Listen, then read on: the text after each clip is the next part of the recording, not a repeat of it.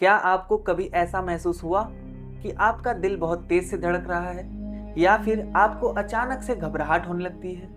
कोई अनजाना सा डर आपको सता रहा होता है या फिर छोटी छोटी चीजों से आपको इतनी चिंता होने लगती है कि आपको नींद तक नहीं आती?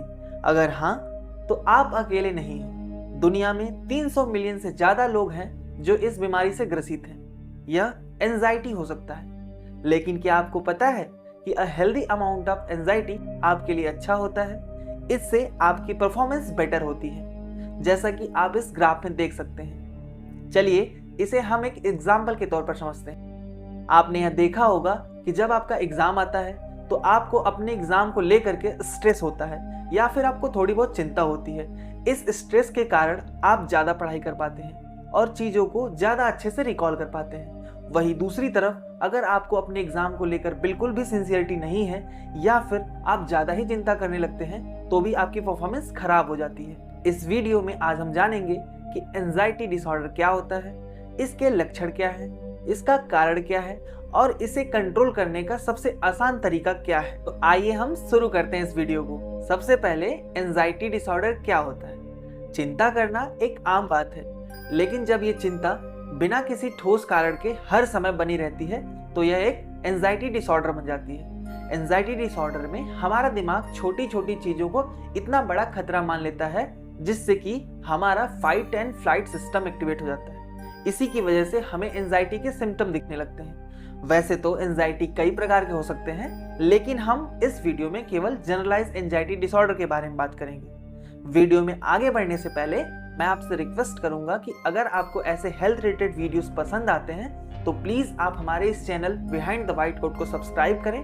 और अपना सपोर्ट दें, जिससे हमें मोटिवेशन मिलता रहेगा और आपके लिए हम ऐसी नई नई वीडियोस लाते रहेंगे। अब हम टॉपिक पर वापस आते हैं और देखते हैं कि एंजाइटी के क्या लक्षण होते हैं। तो एंजाइटी के कुछ फिजिकल सिम्टम होते हैं, कुछ साइकोलॉजिकल। फिजिकल सिम्टम जैसे कि दिल का तेज धड़कना, हाथ पैर का ठंडा हो जाना, पसीने से भीग जाना, चक्कर आना, पेट का खराब होना, मांसपेशियों में जकड़न जैसी समस्याएं आती हैं। वहीं साइकोलॉजिकल में खुद पर शक करना, बार बार नेगेटिव थॉट का आना, अचानक से गुस्सा आना, चिड़चिड़ापन होना और छोटी छोटी चीजों को लेकर बहुत ही ज्यादा चिंता करना, ये सारे सिम्टम हो सकते हैं। अब हम वीडियो में आगे देखते हैं कि क्या कारण होते हैं एंजाइटी का या फिर किन व्यक्तियों में ज्यादा कॉमन होता है एंजाइटी।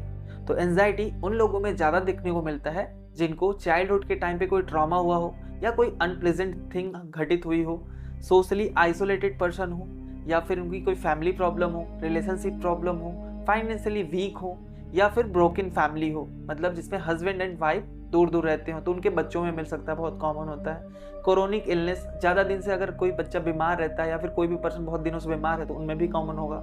ज़्यादा कैफीन यूज़ करने वाले या फिर ज़्यादा एल्कोहल का सेवन करने वाले, इन सब व्यक्तियों में ये ज़्यादा कॉमन होता है। चलिए इस वीडियो के सबसे इम्पॉर्टेंट पार्ट को हम डिस्कस करते हैं, यानी कि एंजाइटी को कम करने के क्या तरीके हैं। तो एंजाइटी को कम करने के लिए हमारे पास दो तरीके हैं, एक साइकोलॉजिकल, दूसरा फार्माकोलॉजिकल यानी कि ड्रग्स। तो सबसे पहले देखते हैं साइकोलॉजिकल में क्या क्या मेथड्स हैं हमारे पास। उसमें सबसे पहले आता है डीप ब्रीदिंग एक्सरसाइज। इसमें आपको गहरी गहरी सांस लेनी पड़ेगी, उसके बाद 3 से 4 सेकंड तक इसको होल्ड करें और फिर इसे धीरे धीरे छोड़ें। मेडिटेशन और योगा करें, यानी कि आपको दिन में कम से कम दिमाग को शांत करने के लिए 10 मिनट तक ध्यान लगाना पड़ेगा। आपको अपने हेल्दी लाइफस्टाइल को अपनाना पड़ेगा, जैसे कि आपको कैफीन, एल्कोहल जैसे चीज़ों का सेवन कम करना पड़ेगा। जब भी निगेटिव थॉट आए तो उसको दूर करें। यदि आपके दिमाग में बार बार निगेटिव थॉट आता है तो एक बार आप सोचें कि क्या यह जो निगेटिव चीज़ आ रहा है वो सच में होगा। और लास्ट में सबसे स्पेसिफिक कॉग्निटिव बिहेवियरल थेरेपी। तो चलिए अब आपको हम बताते हैं फार्माकोलॉजिकल यानी कि ड्रग्स। ड्रग्स बताने से पहले मैं आपको सावधान करना चाहूँगा कि कोई सा भी ड्रग आप अपनी मर्जी से ना लें। आपको अगर ड्रग्स की जरूरत पड़ती भी है तो उससे पहले आप अपने कंसल्टेंट से जरूर सलाह लें। तो अब हम आपको ड्रग्स बताते हैं। इसमें आता है एंटी डिप्रेसेंट जैसे कि SSRI, फ्लोक्सिटिन, 5-HT1A पार्शियल एगोनिस्ट जैसे कि बसपीरोन, बेंजोडाइज़पीन जैसा कि एल्प्राजोलाम, ये सारी ड्रग्स यूज होती हैं। तो थैंक यू।